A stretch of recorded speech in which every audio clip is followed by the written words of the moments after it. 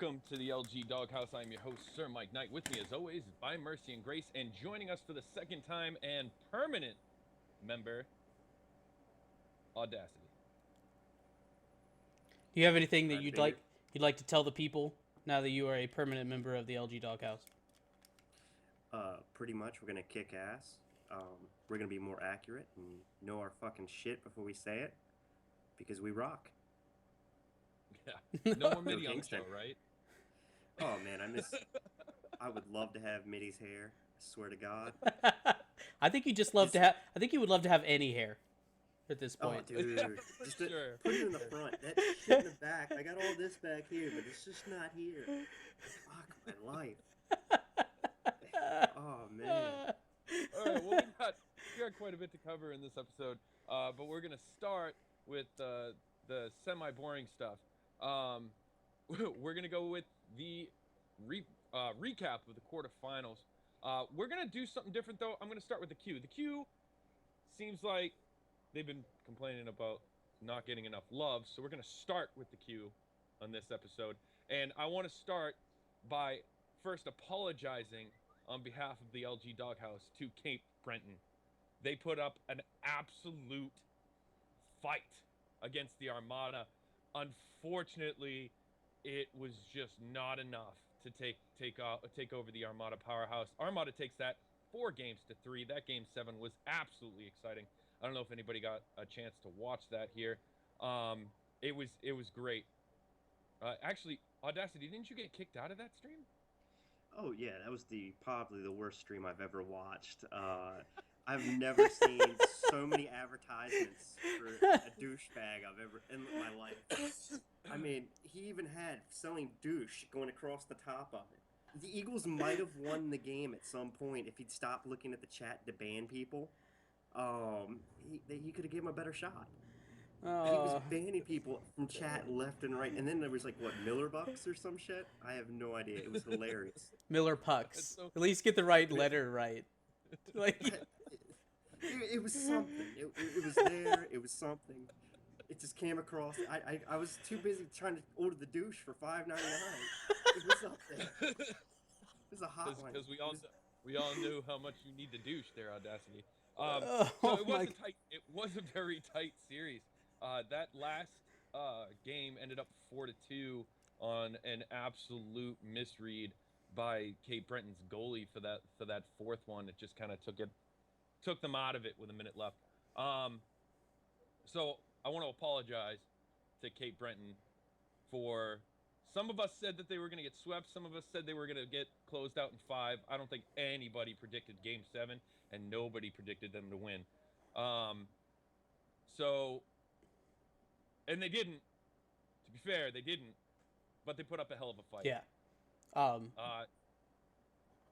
Go ahead. Yeah. One of the things that I really maybe it's just me from a staff side in this game, but there were no overturned games. There were no glaring roster violations. There wasn't anything like that. There was some stuff behind the scenes that got sent back and forth. There was some accusations of cheating with the test face-off thing, the test connection. But overall, like this, and this goes for all 4 of the series last round. There were no forfeits or overturned games. That's absolutely awesome. and that's what we want as a league and staff, and it's definitely more interesting to talk about games played on the ice than it is to, well, there was a roster violation and that's why they went on to the next round. So good job for all 8 teams involved in that. I like games getting played on the ice. I watched All right, we'll move on. Go ahead. With the Cape Breton series, I mean, it was very exciting. It went back and forth. Cape Breton's goalie left them into it all the way to the end, especially in Game 7. At the end of the game, the defense just kind of gave up because they were down a goal with a minute left. It was definitely a hard-fought series. It's strong. I mean, I couldn't ask for a better game to watch in Game 7. Maybe one day somebody will take Kingston to it. I mean, who knows? He's got to talk about his own team. Okay, we're not even in the same conference, and he's still talking about his own team. All right, we're gonna move on to the next game in the contest, and I'm gonna be doing this a lot. I'm gonna be eating a lot of humble pie for these semis, and this was one of them. I picked I believe I picked Halifax. Mooseheads in 6, and Moncton absolutely destroyed them 4-1. It completely surprises me. Not that Moncton won. That's not what surprises me. This series could have gone either way for me. The fact that it didn't look like the Mooseheads really put up a fight at all. By Where were mercy. the goalies at in that series? Sorry. No, it's all good. Honestly, I think this series kind of went how everyone expected it to. At least as far as the standing wise, and Moncton and Armada have both been very very good teams the entire season. There wasn't a ton of points separating Halifax and Moncton, but we've been talking all season about how Halifax had the offense going similar to the London side of things on the OHL, where they have all this offense, but is their defense and goaltending up to the same level, and can they beat the higher tier teams? And this kind of showed that that run and gun quick style team building doesn't necessarily fly the deeper you get into the playoffs. All right, Audacity. Before you answer, I've got a question from the audience. Did you shower, or are you like Miller? Oh, I showered. I definitely did shower. I am fresh. I bought that douche for $5.99 off the Miller stream. Fresh. Gosh. No unfresh feeling here whatsoever. I'm gonna have to rate this show in SFW, aren't I? You probably should always rate this show.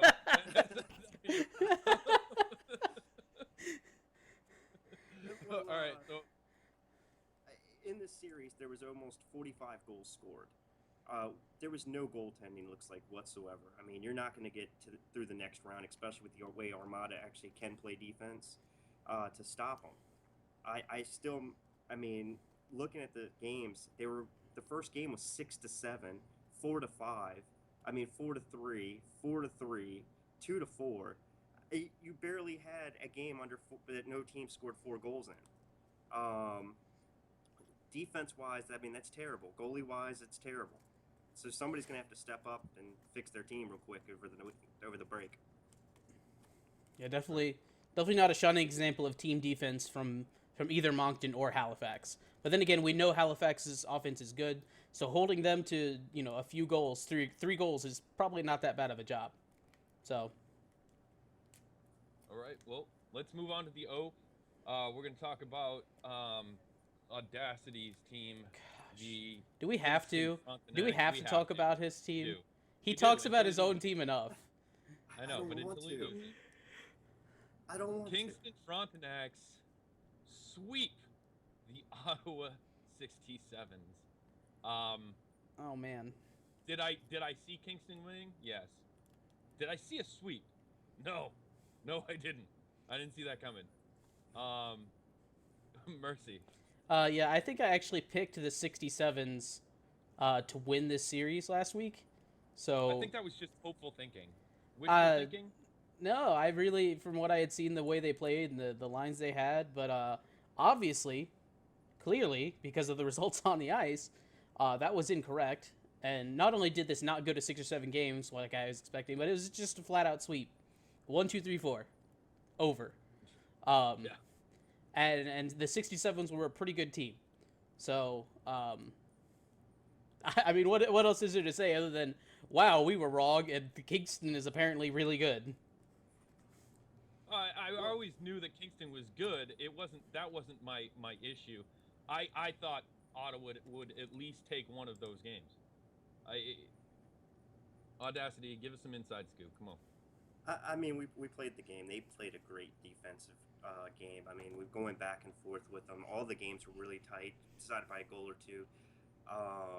We went down in the last, I think it was game 2. It was 1-0, and with a few seconds left, we scored a game-tying goal to go triple overtime. And the teams, I'm not going to take anything away from Ottawa. I think they played their hearts out. But to mistake us for a one-line team means you just didn't do your homework. Nowadays, with all the games being streamed, there's no excuse for a GM not to go into some of these games and actually watch them. I do that, and I prepare my boys for that, and my girl, because I actually have a girl on my team, so I prepare both of them for it. And I mean, that's the best way to go about it. I can say, hey, this is a rush team. We got to do this. Hey, this is what they like to do. We know what they like to do before they even think we know. So, I hate you. I hate you. Both of you. Both of you. I'm gonna pinch your cheeks when I see you. Oh Mercy. gosh. Did you put pants on yet? I already told you that whether or not I'm wearing pants is left up to your imagination. Look at You that see dirty me from like the imagination. upper chest down. You have no idea what I'm doing under this, guys. Sorry. All right, so for my hopefully final piece of giant humble pie, because I have been riding this team all season and they finally fell. The Flint Birds beat the London Knights 4-1. I did not see this coming at all. I didn't. I'm. I'm just gonna. I'm done. That's it. I didn't see it coming. I don't know what else to say. By mercy, help us out here. We knew at the beginning of the season that Flint was a very, very good team. And then they got called ups and whatever happened, and then it's just kind of, they seemed kind of average. And it seems like over the last like 2 weeks, they've gotten better and better and better. And then to come in and just obliterate London, 5 games, end it. London couldn't do anything against their defense. This was if the 67's Kingston series showed how good Kingston was, then this is the Flint Birds version of that. This showed how good the Flint team is. So I think we didn't already know that by their absolute sweep of Saginaw. Right. I mean, it's just London was a heavy pick with the way they built their team. Scoring 7 goals a game, averaging going into that series, and then just getting completely shut down. That's Flint obviously has very good team defense and very good goaltending. All right, audacity. The way Flint played that game played exactly against what London wanted to do. It looked like London wanted to take it in on a rush style, run it down, go back and forth, and force a cross crease. Flint just stayed in the middle, took it away. London had no option. I watched the last game 6, I think it was, and London was just a 5. London was just shut down. They couldn't do anything. They would take it into the zone, and they weren't cycling. That's a big thing in CHL you don't see, is people cycling the puck. They took it down, tried to cross crease it, and then Flint would take advantage. Yep. Yeah, that's definitely, the cycle game is huge in 6v6 league play, and a lot of people do the whole rush up, try to cross crease it, and any good team is gonna cover that crease once they see you doing that every time. They're gonna take that puck, they're gonna pass it up to the guy already streaking past your defense, and you're done. I mean, it's a lot of back and forth for your defense to try to catch up to, whether you have a good defense or not. So I mean, that's just not the type of game you can play. So in this series, another number 1 seed bites the dust and is not able to make it to the OHL finals. The only number 1 seed left is Armada. But to be fair, there are 2 number 1 seeds coming out of the OHL. Yeah. There's only 1 coming out of the Q. So let's talk about this next round, the semis. This is it. The Q final and the O final. This is the game for a chance to get to the cup. This is it. And these matchups are going to be crazy exciting. Oh yeah. The number 1 seed versus the number 2 seed in the Q, the Armada, home against Moncton. Mercy. Yeah, this is definitely going to be a fun series. There was some, we all know who Timbo Slice is. We're starting to learn who Pig is. We're starting to learn that Moncton is a good team, and they know they're a good team. So they have no problem coming into the chat box, And I know it. telling you exactly how good they are. Oh my gosh. Anyway, moving on. And we've seen some of that from the Armada, maybe a little bit less at times, sometimes more, particularly between, I believe, you and, who was it? Was it you and Kingston? The Armada and Kingston, they got into it at one point? I'm trying to remember. Oh, yeah. I haven't gotten into it with any team. I don't know what you're talking about. Oh, okay, yeah. No, Yeah, nobody never. wants to get into You it. have Oh, never. no, You've never. never posted anything in the chat box or forums What? about anything. I also have a full head of hair upstairs. Oh man. So these are two very good teams, obviously. But here's what I've seen from Moncton versus what I've seen from um, Blainville Boisbriand, which is their actual city name. If you guys don't know, everyone just says Armada. I'm never saying that. That's why I just called them the Armada. Fuck that. I ain't French. Can't say that shit. Anyway, that these are two very similar teams. I feel at least they have very good offenses. They have solid defenses, and then they have good goaltending on both sides. So this is going to come down to which team can execute what they want to do better. Which team is going to do the fundamentals better.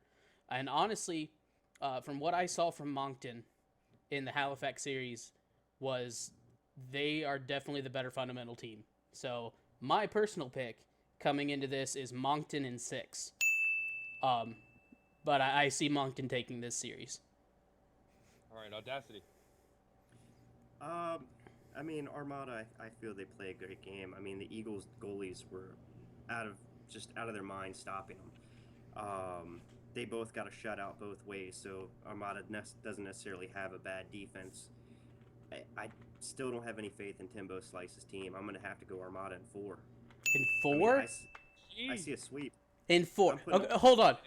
I see a sweep. So Armada gets pushed to 7 by the number 4 seed, but you won't give the number 2 seed 3 wins against them. You won't say they won't do just as good as the number 4 seed. No, I think they're going to do worse. I think Timbo's going to pump them up, or they're going to choke. In 4. Oh man. Oh man. Write that All down. right.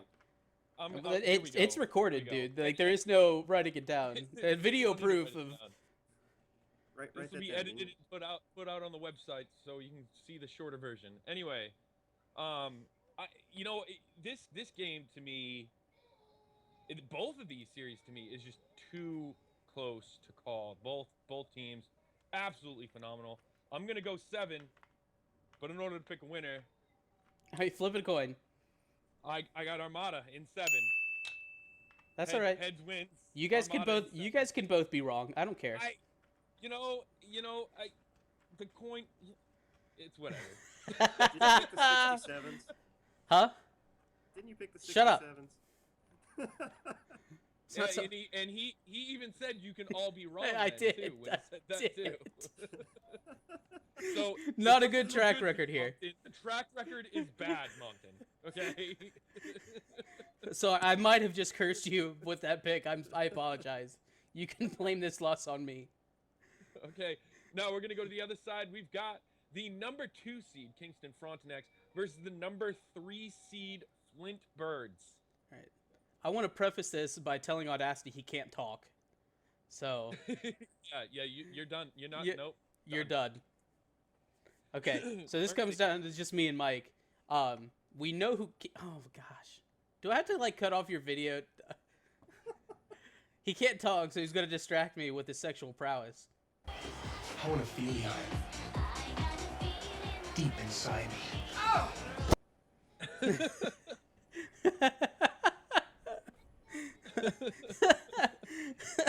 All right, we know who Kingston is. They've been at about the same level literally the entire season, which is they play a solid defensive game. They don't make defensive mistakes. They take away the cross crease. They take away the slot. They take away all the things that CHL teams like to do. They've got great goaltending, so that when you get a chance in the other end, their goaltending can rob guys a couple times. Their defense is gonna, they're gonna take the puck from you. They're gonna set up their forwards with easy breakouts, and their team's really good at capitalizing on mistakes you make. The Flint Birds, what I saw from the London series was a lot of the same. They played very similar. They took away the slot. They took away the cross crease. They took away the rush. The same things that Kingston does to be successful, Flint was doing. So this is going to be another thing of which team is going to be sloppier, which team is going to give the other team more opportunities. And Kingston has been doing that all season. Flint has been doing that for the last few weeks. So my money in this series is on Kingston, and it's probably going to be, you're probably not going to see any blowouts. It's going to be like 3-2 games, 2-1 games, 1-0 games. I'm going to say Kingston in 7. Yeah, I'm calling it. It's gonna be the first time Kingston goes to 7 games. These teams are so evenly matched, especially in the playoffs. And in my opinion, the Flint Birds had the harder race here. Right? I mean, they had to play the preseason cup winners, Sarnia Sting. Right? Oh gosh. Which we all know how good they are. I mean, they won the preseason. Of course they're good. Duh. Oh. And they even felt bad and let Sarnia win one of those. Yeah. They swept the number 2 seed Saginaw, and then they beat the number 1 seed London 4-1. Now Kingston on the other end, they beat the number 7 seed, the number 8 seed, number 8 seed in Barrie, and then they go and beat the number 3 seed. Not just beat them, sweep them. So, in these playoffs, Kingston has lost 1 game to the number 7 seed Hamilton.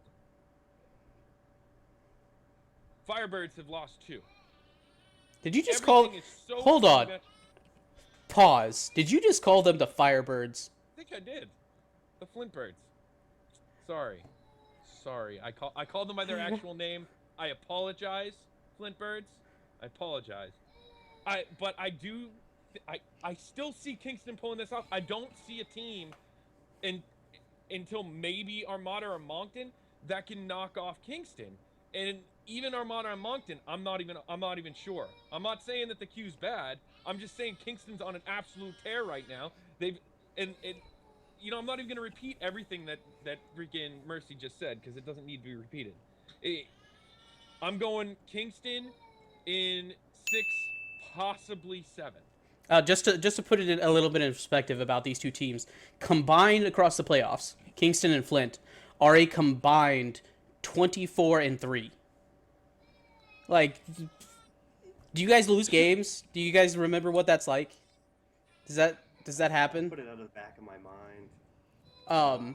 Again, and to put it in perspective for the Moncton Armada series, those teams are a combined 16-7. So the win-loss is totally different between the O and the Q as far as the teams that are left. So I'm curious to see exactly who's going to come out of the OHL versus Q, and the finals are going to be it's going to be good for a lot of reasons. So. Well, I'm not gonna lie. Like, as far as even predicting it for my series or anything like that. Hey. I'm not gonna predict or talk smack. All I want to say is that the Flint Birds have a great team, and watching them on film, it's definitely going to be a great matchup, and it could definitely force a Game 7. Or it could even be a sweep on their end if I screw up. It's just all whose team shows up at the right time, and if anybody needs an ECU, they're pretty much done. So, I just best luck to both teams, man. What is this? All right. Why are you being nice? This is bullshit. I don't like this audacity. Okay. Not good for media. This is the opposite of what we wanted on a media show, wait. audacity. Let's force him not to be nice. You ready? Let's cut into the Doghouse segment. All right, yeah, we'll segue straight into the Doghouse segment then. Let's go to the Doghouse segment. Ooh. Mercy, give me the Doghouse. Oh, this is still so hard for me to do because I definitely have one in mind, but I can't say it just because it's behind the scenes stuff. Oh gosh, I pass. Give me a minute. I'll think of something. All right, audacity. Merino swag. For one, any man named over 30 years old that has swag in your name, you suck, sir. Your team sucks. The players, other than Go Heels, which I will give him the utmost respect because that was the only reason why you were in the game. For four games, we could have blown him out easily if he didn't make saves on his head. To call me a one-line team, and you chew tobacco and you spit in a little bottle. Worst thing I've ever seen. And yes, I might be bald, but I'm still in the playoffs. And we won the series in 2. Mercy, you got anybody yet? No, you go next. Okay, here we go. I'm gonna go with the quote-unquote new Q radio show startup. Here's a radio show for the Q. The Q wants to start a radio show because they don't believe that the media is covering the Q. So I'm gonna go with the Q radio show. It's 2 weeks before the season ends. Why are you gonna start a Q radio show? That's the dumbest thing I've ever heard. If you wanted to start a Q radio show, maybe you should have started it when the Q started. All right? If you guys don't remember, the Doghouse started a week before the Q was even in existence. Technically, we did a post-draft show. Yeah, I mean, we did a post-draft show. Well, yeah, technically, I guess. But the Q hadn't even started yet. Hey, you're gonna start a radio show 2 weeks at the seriously? Who are you gonna cover? Armada and Moncton? You can't cover anything else. I mean, why would you go back and cover anything else? Dumbest thing I've ever heard. Mercy. So, another secondary Doghouse is to McDonald for setting up the Flint London conference finals for about a half hour. For anyone who missed that, for about a half hour when the games are set up, Kingston was automatically disqualified from the playoffs because McDonald set up the games wrong. And he set up the conference finals as London against Flint again. So, sorry, Kingston. But McDonald has already chosen who he wants to win. And it's apparently London because he's giving them a second chance.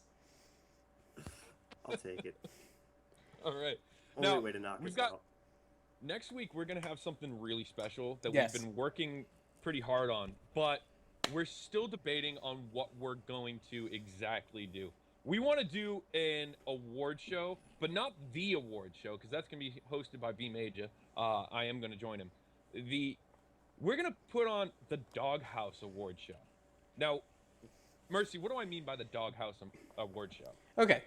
So you have the official award show that B Major's team or whoever B Major wants to host. Like Sir Mike Knight will be joining B Major for that. And then whatever panel B Major decides to put together for that. And they'll give away things like the leading point scorer, GM of the year. They'll give away the best defenseman, best 10D awards. The official awards that you get under your name and shows up on your career. But the Doghouse, in the spirit of the Doghouse, we've never really been official. We've never really tried to be official. So we are going to do our own award show of some completely made up, unofficial awards that we will award to various people in the league based off of our judgment. Myself, I'd ask Steve, Mike. We'll probably get Greasy and Aces involved. Speak if he ever decides he wants to be on the show again. We've got Boggy, which is it Bogey? Yeah, call him Bogey. Boogie. We'll get him involved probably, and we'll cast our votes. We have, and this is one of the things we wanted to do live because we were going to talk about this before, but we want to talk about live and in the recorded version of the show what categories we want to have. I want to limit it to 8, and then I know that we're probably going to do like a golden Doghouse where it's just like the gift to the Doghouse person of the year from the Doghouse. So All right. Audacity, you did have some pretty good ideas as far as this went. You want to run down your list real quick? Oh shit! I gotta pull my list. I have to get through like I- all of Mercy's I remember posts one of of them, Justin I think Bieber. one of them that we were talking about was the biggest douchebag award. yeah, Yes, Oh. the biggest douchebag award was definitely one of them. I liked my twist on it, which is the most valuable douchebag. This is the guy that he puts up points, and you want him on your team, but he's such an asshole that you almost have to mute him every time you play with him. So I want. Can we call it the Hewler Award? That is something that I want to. That we talked about. That I want. I did want to talk about because I kind of mentioned it in the chat, but I didn't really like elaborate. I figured we could name these awards because I want to do it again next season, Mhm. right? I figured we could name these awards against the first ever recipient. Yeah. So whoever gets the like if we say we give we do an award that's like most penalty minutes, whoever wins that award will will get the honor of being named after the award. So, for example, if I got the most penalty minutes, the trophy would be called the By Mercy and Grace Memorial Trophy, and it would go to the winner of the most penalty minutes every season, from the Doghouse to the league. So, it'll be fun. Yeah, I think I okay. think it'll be a lot of fun. Audacity, do you have that real quick before you say something? Mitty says you're being nice for more mind games. So being nice is the mind game. And Mitty also wants to be nominated for Bitch of the Year. You don't get to nominate yourself, Mitty. That's not how this works. You got some strong competition against you, Mitty. There's a lot of pretty good that ones might out win there. that one. And if anyone watching the show right now would like to throw out some categories as we go through these, feel free. We love the input and we could probably use it here. So by all means, just whatever comes into your mind. Right. 49 says Mitty most valuable center.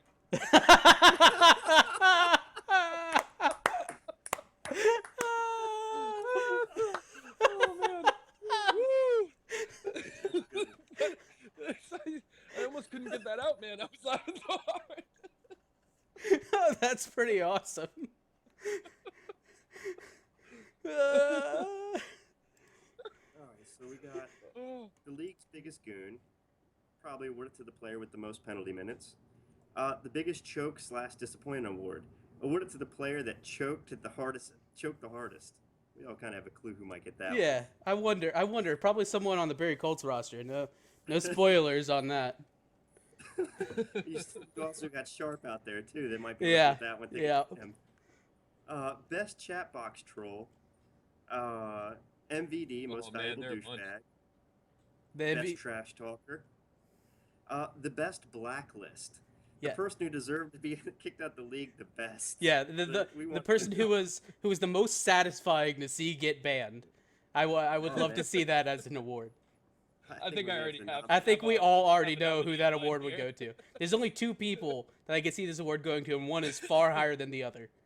The Golden Doghouse Award. That's going to be like our MVP, best player that we decide that we like the most.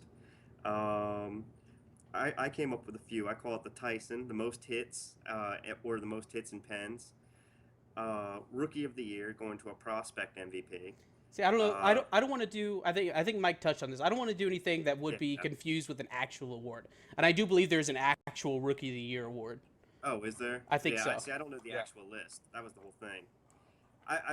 These have got to be. They got to be funny. They can't be actual awards that would even ever be given out. I understand. I'm just saying. This is how I view it. This is how I'm viewing it. These would be awards that would never be given out normally. Yeah. I was going to go with the beach ball award. Goalie with the worst goals against. Goalie with the worst games played, with the worst. Yeah. And save percentage. I like that one. Mr. Plus, Mr. Minus, the highest and the lowest plus minus. I would like to see the lowest plus minus. I think that would be a fun one.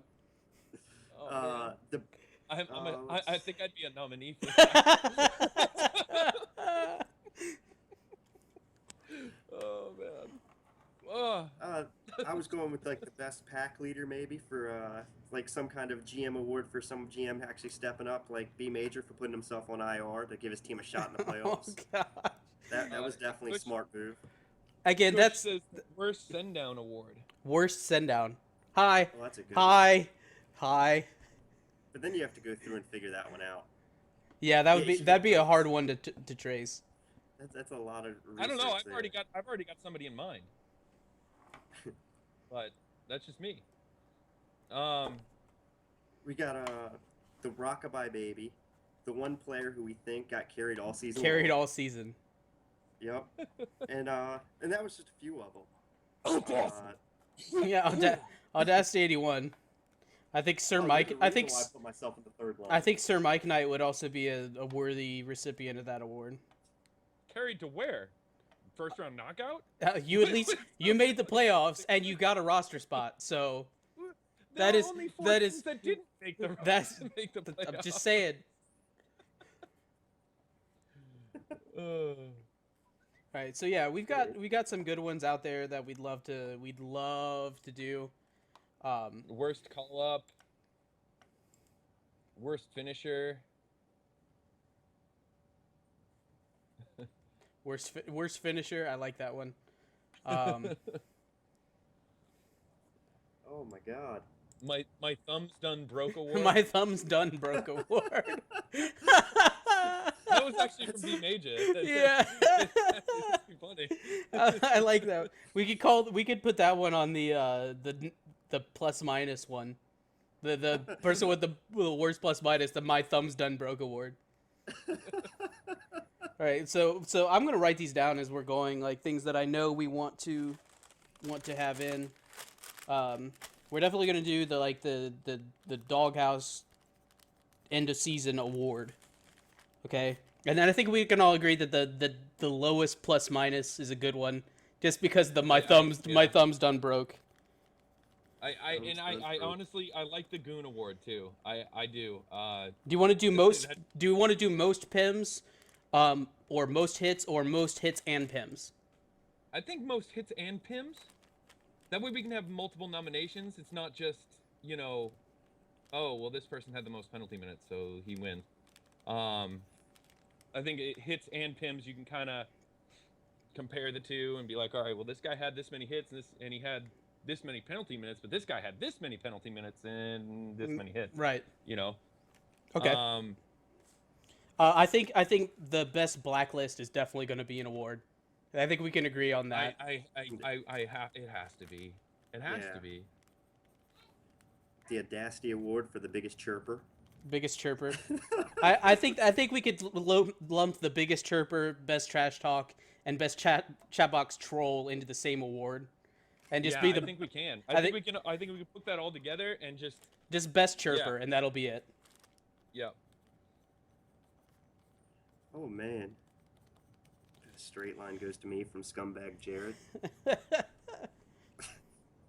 All right. Do we want to do the beach ball with the goalie because there's not any goalie ones in here yet. No, I do like that beach ball award. Okay. I absolutely like that. Beach ball. Yeah, absolutely. Which is the highest goals against average with at least 10 games played. With at least 10 games played. Yep. Come on, guys, keep them coming. Let's go. All right, so we've There's got 13 viewers. Here. We've got six categories so far. I want to get 2 more decided on before we do that. Let's see. My wife says she likes the biggest douchebag award. Well, that'll the biggest douchebag. $5.99. You can buy the biggest douchebag in Miller TV. Oh my gosh. Got a supply coming. The Miller Award for dirtiest player. Dirtiest player? I don't know if there is anything. Oldest looking man child award. Oldest looking man child. Oh, I don't want to get into that because that's getting into like personal attacks, and it's funny to make fun of people what they do on the ice, but then again, I don't want to get into too personal stuff. Let's see here. I do like the. I don't know how you would even rate this because it's so subjective with the most valuable douchebag, the guy with the best stats, but someone you don't want on your team. You know what I mean? Yeah. I mean, I guess. Yeah. I mean, it would have to be explained every time until we actually get a winner and we can name the trophy. But yeah. The MVD, most valuable douchebag, best player, worst MVD. attitude. We got. This keeps getting said. The biggest troll award. We technically already have something. Yeah, we're gonna do. Lumping the biggest troll and all that stuff. We're just gonna call it the best chirper, and that's gonna be the guy who talks the best trash, the guy who's the best chat box troll. You know, all the things that you think of when you think of chirping. It's gonna be that guy. So how many are we out now? We're at 7. We need one. 7. We need more, one guys. more. One more. What we got? Trying to think here. Now our doghouse, our the big dog, is that going to be the person who's gotten the most hits in the doghouse? It could be. I would like to do like an all-in company. We already did this on an early episode, but there's no reason not to do it again. like an all-encompassing, like we get together and decide this is the biggest Doghouse recipient of the year. That could be someone that's already, like, I guarantee you that the person with the best blacklist is probably going to be up for both awards. Yeah, we'd have to. So we'd have to keep the the Doghouse Award, or the Golden Doghouse. I think that's what we're calling it. The Golden Doghouse. Yeah. The Golden. I don't know. We'll call it something. Let's figure call it something the fire out. hydrant. The fire hydrant? The fire hydrant. 'Cause all the dogs piss on it. All right. So we need one more. We're going for 8. We have 7. What do you guys got? There's 14 guys viewing right now. 14 people. We've got the biggest choke one. I don't know what you guys think about that one. The team or player that was just a total letdown. Oh, like the Glove the biggest Storm? sent down from the AHL preseason champions? No. That one's so hard to get through, especially the send down one, because there's so many players that get sent down. Yeah. Himself. Rage of the Year Award. Rage of the Year Award. Ooh. Yeah, B Major says Rage of the Year Award. I like. That'd be the best blacklist. I kind of like that. No, it's different. Rage the hardest. I don't know. What was that Mike- AGM that flipped out and said he was going to take all his team members in the queue? Let's see. We've We've got the Vector guy that flipped out earlier this year. We've got the Guelph GMs at the start of the season that just totally flipped out. Well, they did so well in preseason, and that had to carry over to the season, right? Right. So yeah, I think there's some discussion we could have on that one. The best. You know, I like it. Let's jot it down. Let's go. Number 8, the Rage of the Year Award. Rage out of the year. We call it the Tuukka Rask Award. Fuck yourself.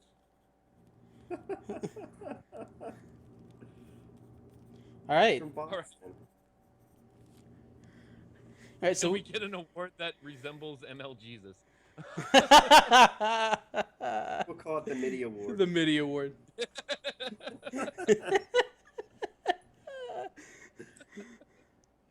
Yeah, I like that one. Since we don't have any second tags, I'm not so sure what we would do as far as the ML Jesus Award. At least none that have been discovered yet. I mean, none that we know of. I mean, I could try to do some research, but that'd take way too long, way longer than a week, to research absolutely everybody, see if there's a second tag. So I guess that's it, guys. We got it. We got the 8. We'll go gonna over it come real up with quick. Some nominees during the week, and Yeah.